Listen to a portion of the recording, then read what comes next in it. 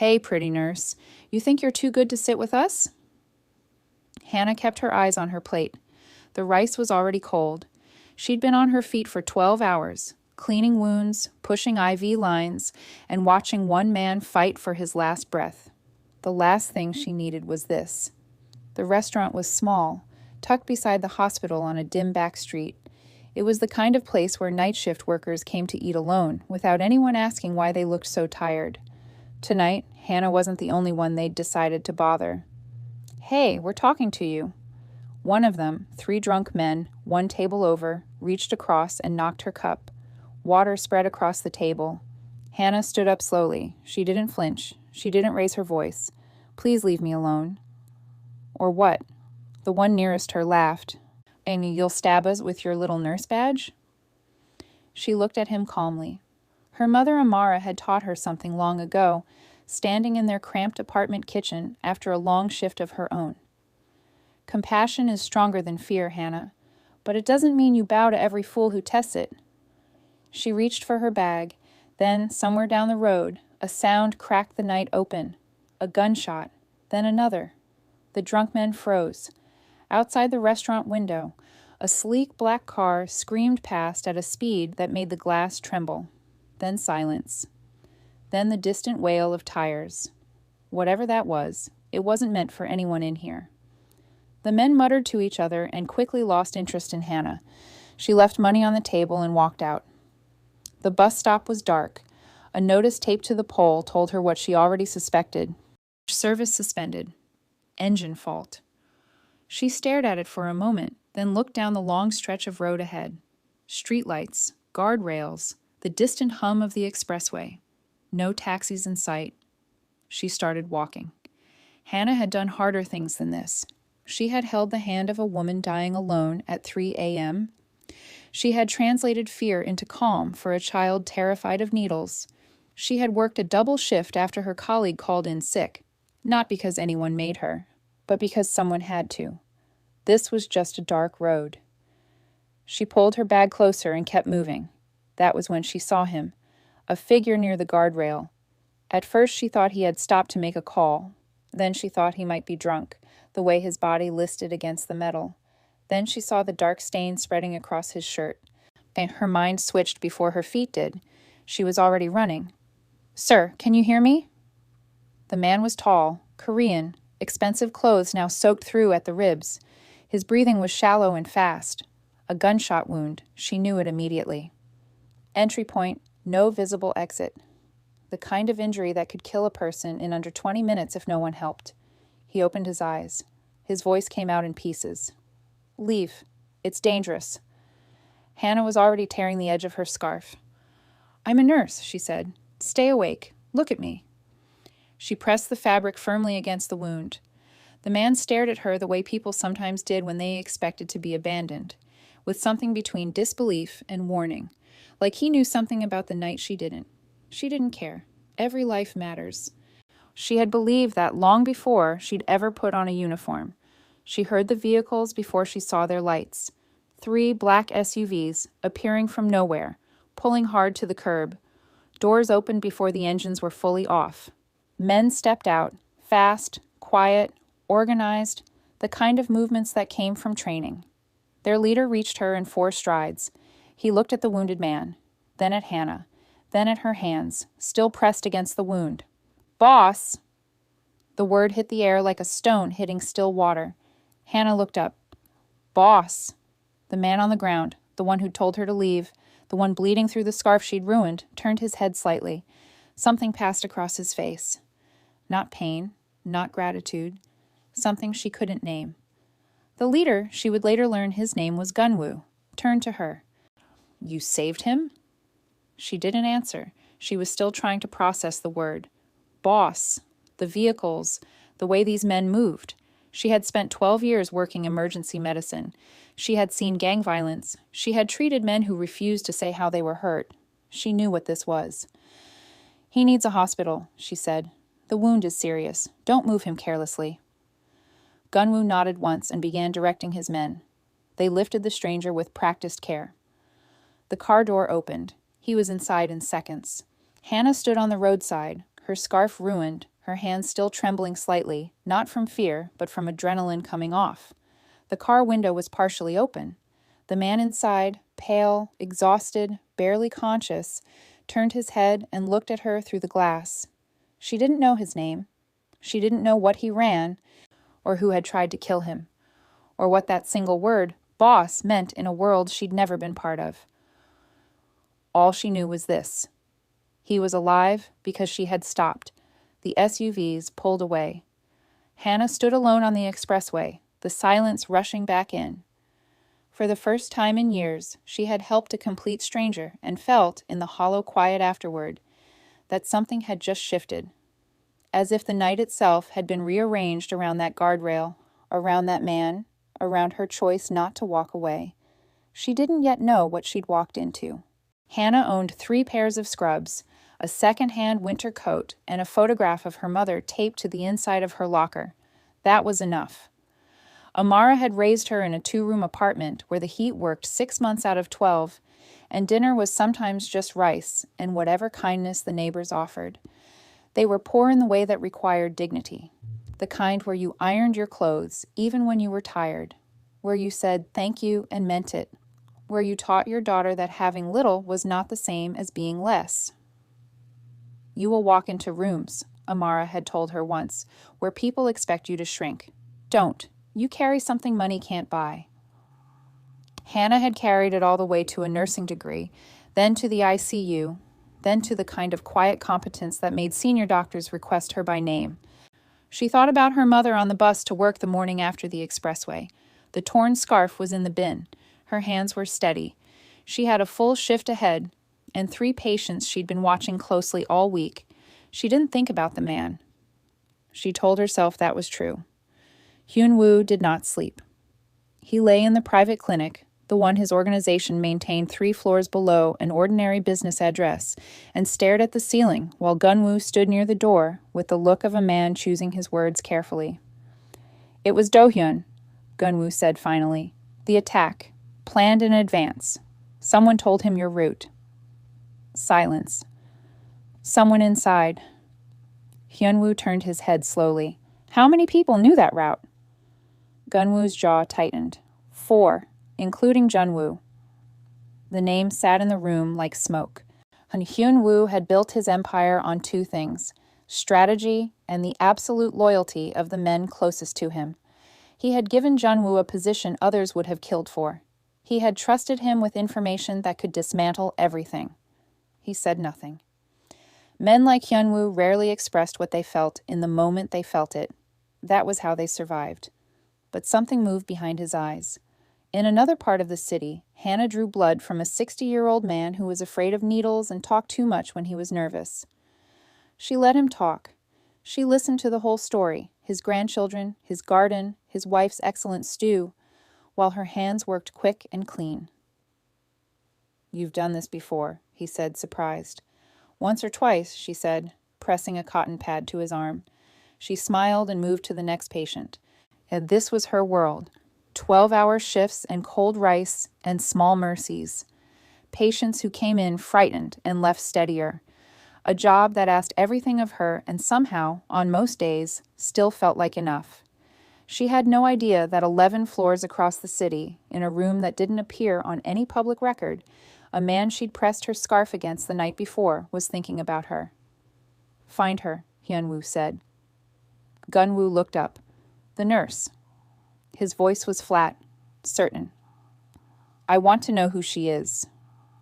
Gun-woo nodded and left without another word. Hyun-woo closed his eyes. He had been helped by many people over the years. Most of them had wanted something. She hadn't even asked his name. Hannah clocked in for her second patient of the morning. The day looked completely ordinary. It wasn't. 2 weeks passed. Hannah changed her scarf. She picked up extra shifts. She visited her mother on a Sunday, ate jollof rice at the small kitchen table, and listened to Amara talk about the neighbor's new baby and whether the landlord would finally fix the hallway light. She did not think about the man on the expressway. She had mostly stopped telling herself that lie. The car appeared on a Tuesday evening. Hannah was coming down the steps of her building in her coat and work shoes, bag over one shoulder, already thinking about whether she had enough eggs for dinner. The street was ordinary, kids on the pavement, an old man walking his dog, the smell of something frying from the ground floor flat. Then the black car, long, quiet. The kind of vehicle that didn't belong on her street the way a concert grand didn't belong in a bus shelter.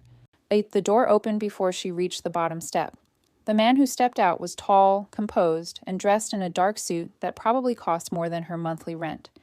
She recognized him immediately, the leader from the expressway, the one who had said boss, with the kind of weight that suggested the word meant something different in his world. He bowed slightly. Miss Hannah. She stopped. How do you know my name? Our boss would like to thank you properly, he said. I'm Gun-woo. We've been trying to find the right moment. She looked at the car, then at him, then at the car again. He's alive? Because of you. She was quiet for a moment. A sensible person would say no. A sensible person would go upstairs, make eggs, and let the whole strange chapter stay closed. 1 hour, she said. Gun-woo nodded. Of course. The building was the kind that made you recalibrate your sense of scale. Glass and steel, 40 floors at least. The kind of address that appeared in financial news and business profiles. The lobby was all polished stone and low light, and the particular silence of a place where significant decisions were made. Hannah walked through it in her work coat and flat shoes, and did not look down. Amara had taught her that too. The elevator opened on a floor that felt nothing like an office. Warm lighting, dark wood, a desk positioned so that whoever sat behind it faced the door and the entire room beyond, a position, she understood instinctively, chosen by someone who never wanted his back exposed. And there he was, the man from the guardrail. Except that version of him, pale, bleeding through expensive fabric, barely holding on, Geese felt like a different person entirely. This man sat straight, dark suit, no tie, the kind of stillness that wasn't peace but control. His eyes tracked her the moment she entered, and they didn't stop. He looked, she thought, like someone who was very rarely surprised, and was not entirely sure what to do with the fact that she had surprised him. Miss Hannah, he said. His voice was even, low. Please sit down. She sat. You saved my life. I did my job, she said. He tilted his head slightly. Most people would have walked past. Most people aren't nurses. Most nurses, he said, don't tear their own scarf to stop a stranger's bleeding. She didn't have an answer for that. She looked at him steadily, the way she looked at patients who were trying to convince her they were fine, seeing past the surface, reading the thing beneath it. He was fully recovered, physically. But there was something else in the room, something careful, as though he wasn't accustomed to being looked at this directly and wasn't yet sure if he minded. I'm glad you're well, she said. That's the outcome I was hoping for. Nothing more? No. He was quiet for a moment. In her peripheral vision, Gun-woo stood near the wall like a man pretending not to listen. I'd like to compensate you, Hyun-woo said, for what you did, for the risk. He named a number. Hannah felt it land, the size of it, the casual precision of it, the way he said it the way someone might mention the weather. She thought about her mother's hallway that needed fixing, the student loan she was still paying down, the coat she'd been meaning to replace for 2 years. She thought about what Amara had said once, I knew about the difference between help and debt. Thank you, she said. But no. Hyun-woo blinked, just once, barely perceptible, but she caught it. No? You don't owe me anything. I would have done it for anyone. She picked up her bag from her lap and set it on her knee in the way that signaled she was nearly ready to stand. I hope you stay safe, mister. She paused. She still didn't know his name. Hyun-woo, he said, and something in the way he said it, just his name, nothing attached, no title, felt like a thing he didn't often offer. I hope you stay safe, Hyun-woo. She stood. He didn't stop her, but his eyes followed her all the way to the door. In the elevator going down, Hannah exhaled slowly and stared at her own reflection in the polished metal. She had the distinct and unsettling feeling that the conversation was not, and in any real sense, finished. Behind the desk, Hyunwoo looked at the empty chair for a long moment. Then quietly, almost to himself, she said no. Gunwoo said nothing. Hyunwoo almost smiled. Do-hyun received the news on a Thursday morning. He was eating breakfast when his phone rang, a single call, 40 seconds long. He listened without speaking, set the phone down, and finished his food. The men across the table from him understood, from the particular quality of his silence, that something had gone wrong. "He's alive," Do-hyun said finally. No one responded. And there was a woman. He picked up his chopsticks again. A nurse. She found him before our people could go back. He chewed slowly. Find her. It wasn't said with anger. That was the thing about Do-hyun. He didn't raise his voice when he was dangerous. He lowered it. The men at the table had learned over years that the quieter he became, the more certain the consequence.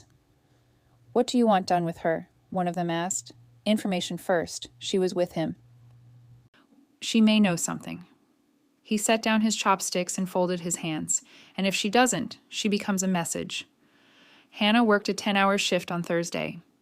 2 post-surgical patients, 1 difficult IV line, a disagreement with a junior doctor that she won on the merits, and a child who cried through his dressing change until she told him the story of a brave boy who'd had the exact same bandage and gone on to become a footballer. He stopped crying. She didn't know if the story was true. It didn't matter. He needed something to hold on to, and she had given it to him. She clocked out at 9. The hospital exit opened onto a side street that connected to the main road 2 blocks down. She walked it the same way she always did, bag on her shoulder, coat buttoned, mind already moving toward home. And it was the second block where she felt it, not something she saw, something she sensed, the way nurses sometimes sensed a patient turning before the monitors confirmed it, a calibration of the air around her. She slowed slightly, not stopping, and let her eyes move without her head following. 2 men, one on the opposite pavement, matching her pace without looking at her, one behind, closer, hands in his pockets. She kept walking. Don't run. Don't look directly. Think. She pulled out her phone and turned left toward the brighter street, where there were restaurants still open and people still moving. If she could reach the corner. Headlights swept across her from behind. Not 1 vehicle, 3. Black SUVs, silent and fast, pulling to the curb in a configuration that blocked both men before either of them could close the distance. And doors opened. The men who stepped out didn't speak. They simply positioned themselves, and the 2 from the pavement made their calculations and walked away quickly into the dark. It was over in under a minute. Hannah stood on the pavement, her heart making itself known behind her ribs, and watched Gunwoo cross toward her with the same measured calm he'd shown outside her apartment building. "Miss Hannah, are you hurt?" "No." Her voice came out steady, which surprised her. "Who were those men?" Gunwoo's expression answered before he did. "You should come with us." The car took her to a building she didn't recognize, smaller than the office tower, more private, the kind of address that didn't announce itself. She was brought to a room on the 2nd floor, and she had been there perhaps 4 minutes when the door opened. Hyunwoo. And no desk between them this time. No theater of power. Just a room with 2 chairs and a man who looked at her with something she hadn't seen in his face before. Something close to guilt. "You're in danger because of me," he said. The calm of him, the steadiness, the measured delivery, was the thing that broke the wire she'd been holding taut since the 2nd block. "I know," she said. "So explain it to me." "The men who attacked me that night, they know you helped me. They think you may know things. I don't know anything about you."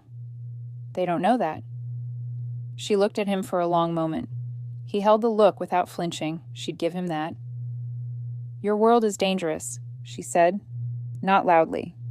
Quietly, the way she said difficult things to patients who needed to hear them. "Those men outside my hospital, that is not normal. That is not something that should follow a person home from a shift." "No," he said. "It isn't." "Then why?" She leaned forward slightly. "Why do you live like this?" The question sat between them. She watched something move through his expression. Not offense, not deflection, but something more unsettling than either. Recognition, maybe. Or the particular discomfort of being asked a question you've spent years building walls to avoid. He said nothing. The silence stretched. Hannah sat back in her chair and looked at this man, powerful, feared, in complete command of everyone in every room she had seen him in, and understood, with quiet certainty, that no one had ever asked him that question before, and that he did not have an answer. Outside the window, the city continued its business, indifferent and bright. Inside, neither of them spoke. He sent a car for her the next evening. Hannah almost didn't get in. She stood at her building entrance for a full minute, coat on, bag in hand, looking at the vehicle the way she looked at decisions that had consequences she couldn't fully see yet. Gunwoo was not inside this time, only a driver, and a note on plain white paper that said simply, "I owe you an answer." She got in. He was waiting in the same room as the night before. This time there was tea on the low table between the chairs, 2 cups, already poured, and the deliberateness of that small gesture was not lost on her. Someone had thought about it. She suspected that someone was him. He looked rested, composed, but she had worked with enough people in recovery, physical, emotional, otherwise, to recognize when composure was effort rather than ease. She sat. She didn't touch the tea. "You didn't answer me last night," she said. "No." "Are you going to now?" He was quiet for a moment, turning his cup slowly in his hands the way people did when they were organizing something inside themselves. "I've been in this world since I was 19, he said. "I didn't choose it the way you choose a career. It chose me, and I survived it. And surviving it required becoming something particular." "Ruthless," she said. He didn't deny it. "Effective." "Is there a difference?" He looked at her. "In my world, yes." "And the people hurt by your world?" she asked. "The ones who didn't choose it either? Do they get to make that distinction?" The question landed the way her questions tended to, without cruelty, which somehow made them harder to deflect than accusations would have been. And Yunwoo had sat across from men who threatened him, who challenged him, who had tried in various ways over the years to make him feel the weight of what he'd built. None of them had managed it. This woman asked a quiet question over untouched tea, and he felt it in the part of him he'd spent 20 years making inaccessible. "You speak," he said carefully, "as though power is a choice you can simply put down." "I speak," she replied, "as a nurse. I have cleaned up what power like yours leaves behind. Not always, but enough." She set her hands in her lap. "A boy, 17 years old, brought in with 3 stab wounds because he was standing on the wrong corner when 2 organizations decided to make a point. And a woman with a broken wrist and a story that changed 4 times because the man who hurt her had people who would hurt her worse if she told the truth." She paused.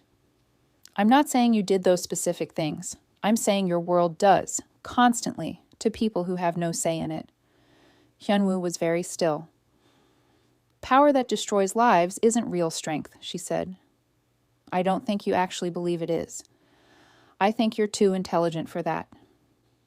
The silence that followed was different from the one the previous night. That one had been the silence of a question with no answer. This one was the silence of a man looking at something he had kept in his periphery for a long time and finding it, suddenly, directly in front of him. "You're not afraid of me," he said. Not accusatory, almost wondering. "Now, I've sat with people taking their last breath," Hannah said. "Fear has a different scale for me now." He looked at her for a long moment, this woman in her second-hand coat who had torn her scarf for a stranger and refused his money and now sat in his private room speaking to him as though he were simply a person capable of being better than he'd been, which was, he realized, exactly what she was doing.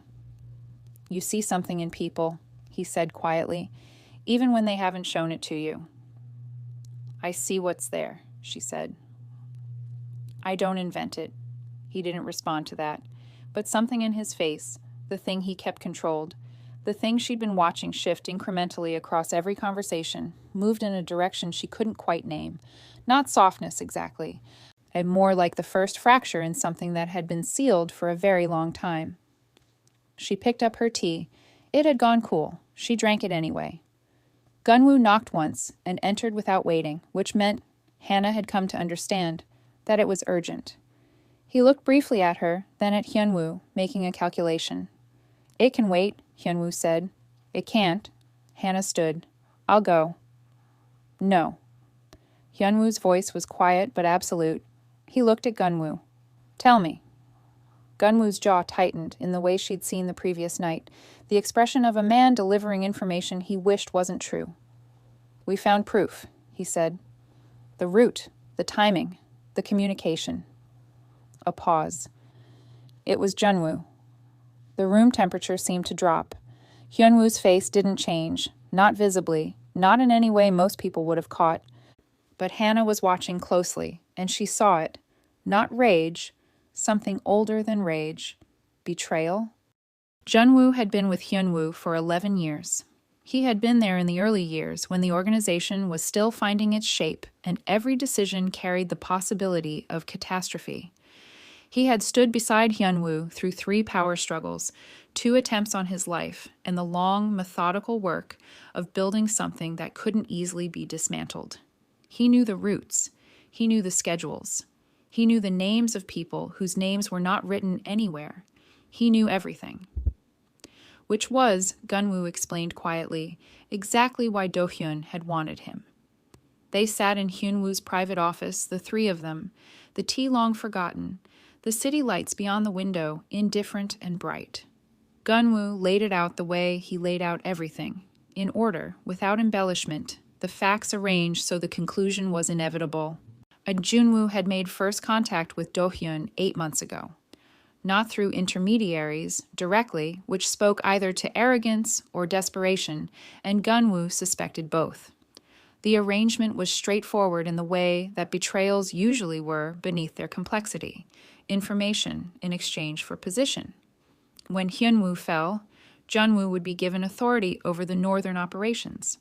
A kingdom built on a grave. The night of the expressway attack, he had provided the route, the timing, and the number of men in the escort. He had manufactured a reason not to be present, and then he had waited for news that didn't come. Where is he now? Hyunwoo asked. Managed. He doesn't know we know. Hyunwoo nodded once. Keep it that way. Hannah had been listening without speaking, something she'd learned in nursing, and the discipline of receiving difficult information without immediately trying to fix it. But she heard the shape of what wasn't being said as clearly as what was. Do-hyun still thinks Junwoo is useful to him, she said. Both men looked at her. Which means he'll move again soon, before you can act on what you know. Gunwoo glanced at Hyunwoo. The glance said, she's right. They're preparing a final strike, Gunwoo confirmed. We've intercepted enough to know it's coming. We don't have the exact timing yet. And me, Hannah said. I'm still on their list. You complicate things for them, Gunwoo said carefully. You're a connection to Hyunwoo that exists outside our world. That makes you unpredictable to them. They don't like unpredictable. She absorbed this. So I'm a target, not because of what I know, she said, but because of what I represent. Neither of them disagreed. Hyunwoo walked her out himself, something Gunwoo noted with a carefully neutral expression as he remained behind. In the corridor, away from the office and its weight, Hyunwoo stopped and turned to face her. The controlled composure was still in place, but it was working harder than usual. You should stay away from me, he said. I know. I mean it, Hannah. What's coming? You don't want to be near it. She looked at him steadily. And if I walk away, does the danger walk away with me? Do Do-hyun's men forget my face? Do I go back to my normal shifts and pretend none of this happened and wake up one morning to find them at my door anyway? He said nothing. Running from danger never saved anyone, she said. I learned that in the ICU. And you don't move a patient who isn't stable just because the room makes you uncomfortable. This isn't a hospital. No, she agreed. It's worse, which is exactly why I'm not leaving. He looked at her for a long moment with an expression she was beginning to recognize, the one that appeared when she said something he had no counter for, and he was deciding whether to be frustrated by that or something else entirely. You are. he said quietly. "The most difficult person I have ever encountered." My mother would say that's a compliment. Something shifted at the corner of his mouth. Almost, not quite. "Go home," he said. "The car will follow. Don't go anywhere alone until this is resolved." She nodded and walked toward the elevator. She didn't go straight to sleep. She sat at her kitchen table with her phone and the particular clarity of mind that came to her sometimes late at night, the same stillness that helped her think through a difficult case or a patient whose symptoms weren't adding up. She thought about the boy with 3 stab wounds, the woman with the changing story, all the wreckage she had treated without ever touching the source. She thought about what was coming. She opened her phone and found the number she'd looked up 2 days ago, a direct line to a detective in the organized crime unit whose name had appeared in a news article she'd read 6 months back. Someone who, the article suggested, had been building a case for years against the networks operating in this city. She stared at the number for a long time, then she typed a message. Careful, precise. Anna, the way she documented patient notes. Nothing extra, nothing missing. "I have information that may be relevant to an ongoing investigation. I am not a criminal. I need to speak to someone I can trust. Please respond." She put the phone face down on the table. Her hands were steady. They always were, when it mattered. They took her on a Wednesday. She had done everything right. She hadn't gone anywhere alone. She'd taken the car Hyunwoo sent each morning, checked in with Gunwoo's team each evening, varied her routes through the hospital the way they'd advised. She had been careful in the precise, methodical way she applied to everything that mattered. It wasn't enough. They were waiting inside the hospital, not outside, where the security team watched, but in the car park on level 2, where a nurse finishing a shift at 11 at night was a predictable thing, and predictable things could be planned around. 2 men, efficient and quiet. She had time to register that she'd been outmaneuvered before the door of the stairwell closed behind them and the noise of the hospital disappeared entirely. She didn't scream. There was no one to hear it.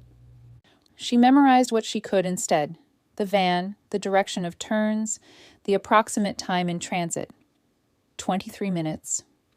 Industrial sounds at the end, the smell of damp concrete and something metallic. A warehouse. They sat her in a chair near the center of a vast empty floor, bound her wrists with cable ties, and left a single light on overhead. 1 man remained near the far door. He didn't speak to her.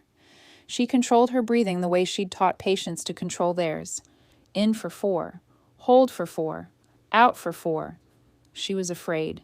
She wasn't going to pretend otherwise, even to herself. But fear, she had learned, was information. It told you the situation was serious and required your full attention. It was not an instruction to stop functioning, so she functioned.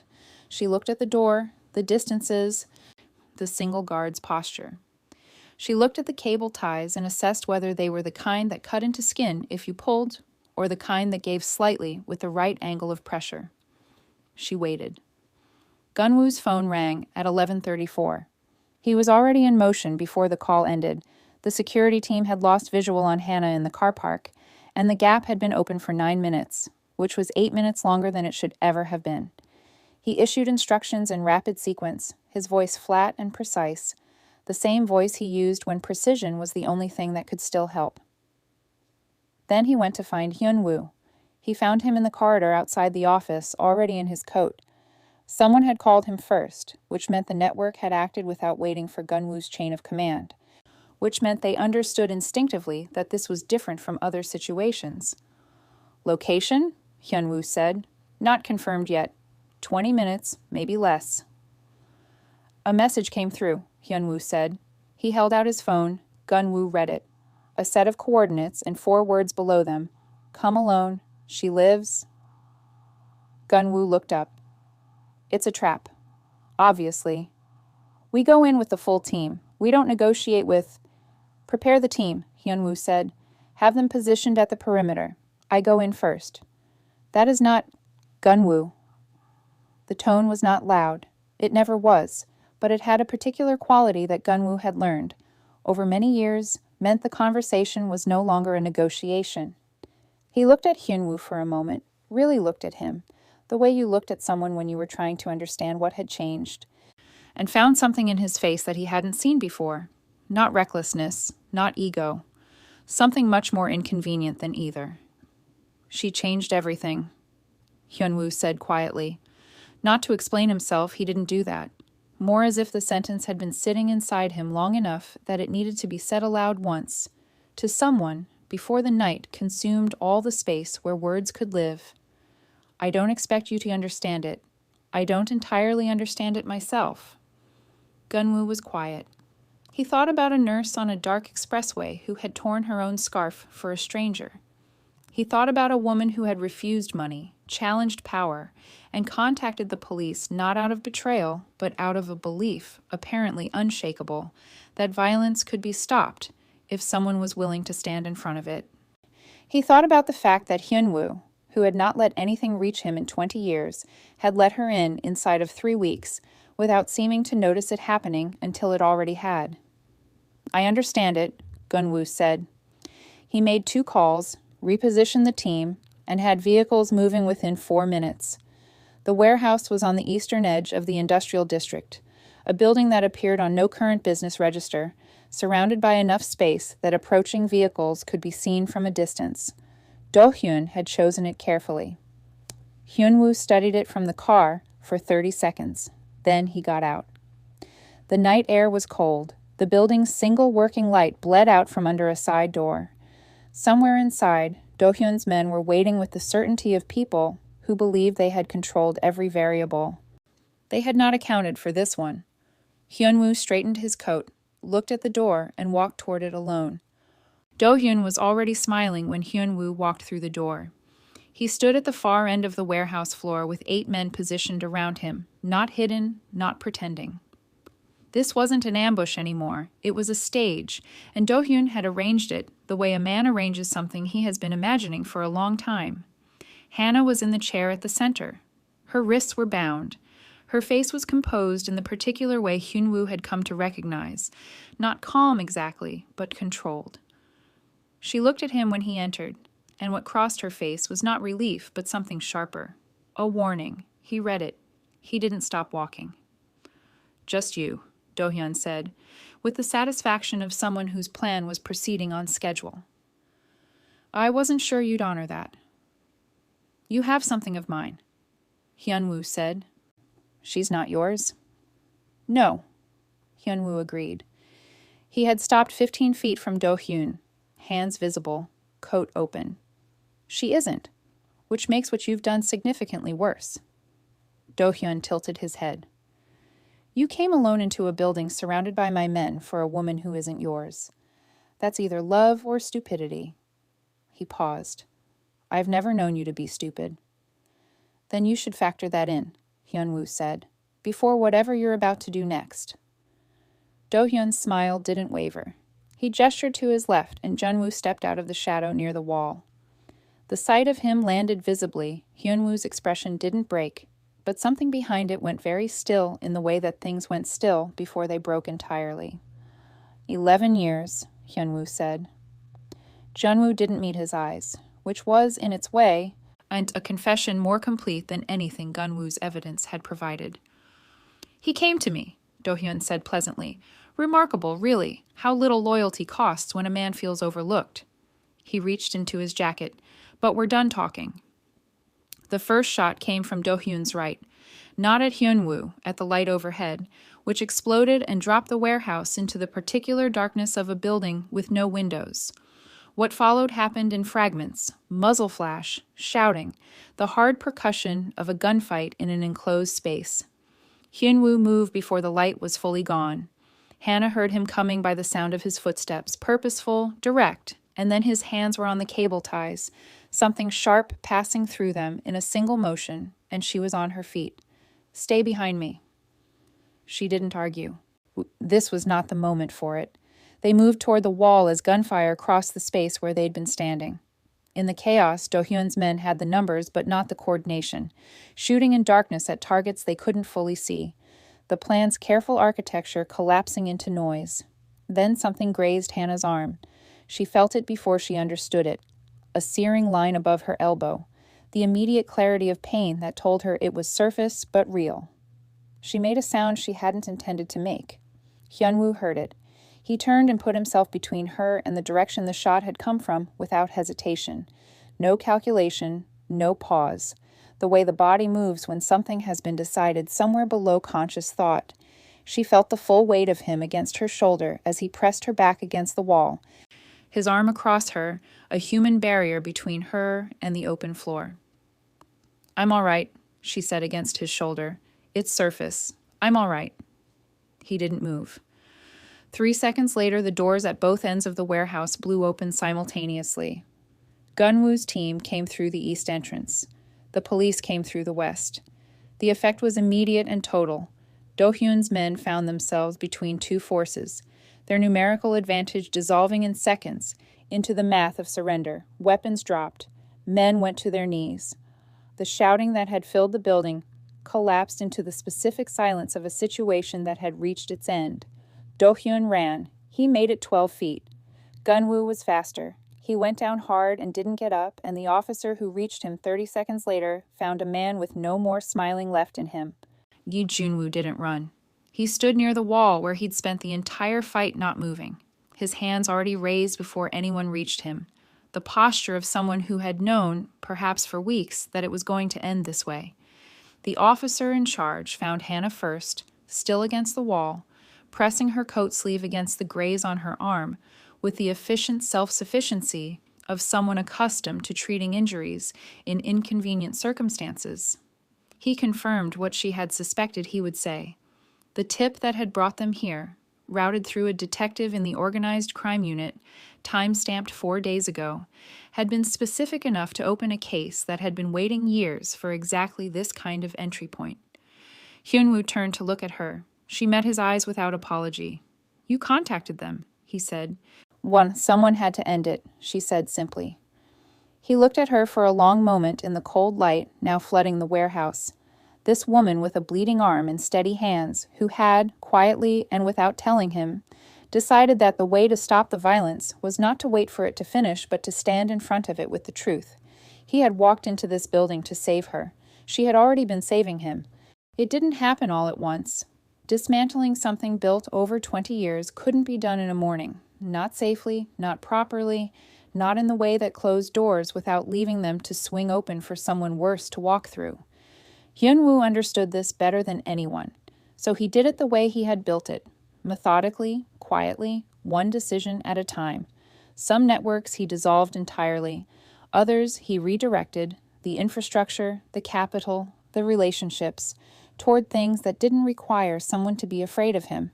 It took months. It cost him considerably. He did it anyway.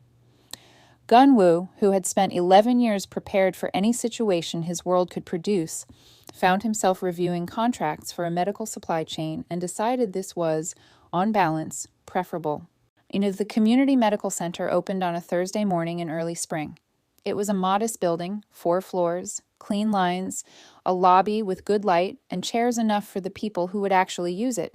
No luxury, no theater, just space, equipment, and a staff roster full of people who had applied because they believed in what it was trying to do. Hannah stood outside on the pavement and looked up at it. Beside her, Amara held her arm with both hands and said nothing for a long moment.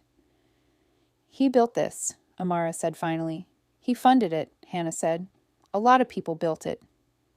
"Don't do that," her mother said. "Do what?" "Minimize the thing that happened." Amara looked at her daughter with a particular expression she had worn since Hannah was small, the one that saw everything and forgave most of it. Something changed. Give it its proper name. Hannah looked at the building.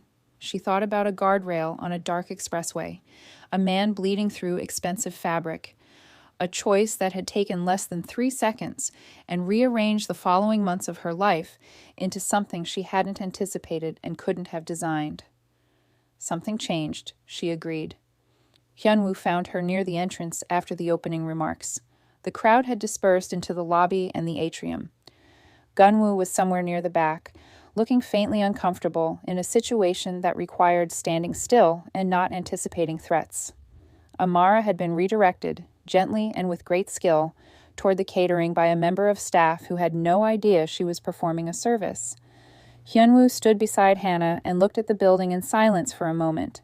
"I know, it's good work," she said. "It's a beginning," he said. She nodded. That was the right way to put it. Not a redemption. That word was too clean, too final. A beginning. Something honest in that. He turned to face her. "I've been thinking about what comes next," he said. "The foundation, the hospitals, the program still in development." A pause. "A future that I think I'm capable of building, but haven't done yet." She looked at him. "Will you walk beside me in it?" The question was quiet, undecorated. The most plainly he had ever said anything to her, and she understood that was precisely the point. No power in it, no strategy. Just a man asking a woman a true thing and waiting to hear what she thought. "Yes," she said. They were married in the autumn. Small, intentional. A room with flowers and people who meant something. No performance, no excess. Gunwoo stood at the front in a suit he had purchased specifically for the occasion and spent the ceremony with his arms folded and his jaw set in the expression of a man determined not to show that he was moved and failing completely. Amara cried from the moment Hannah appeared in the doorway and didn't stop until well after the vows, when she pressed both of Hannah's hands between hers and said quietly that her father would have loved this day. Hannah held her mother's hands and thought that perhaps he knew. What began on a lonely expressway, a bleeding stranger, a woman who stopped, had become this. One act of compassion had saved 2 lives and transformed a king of darkness into a protector of life.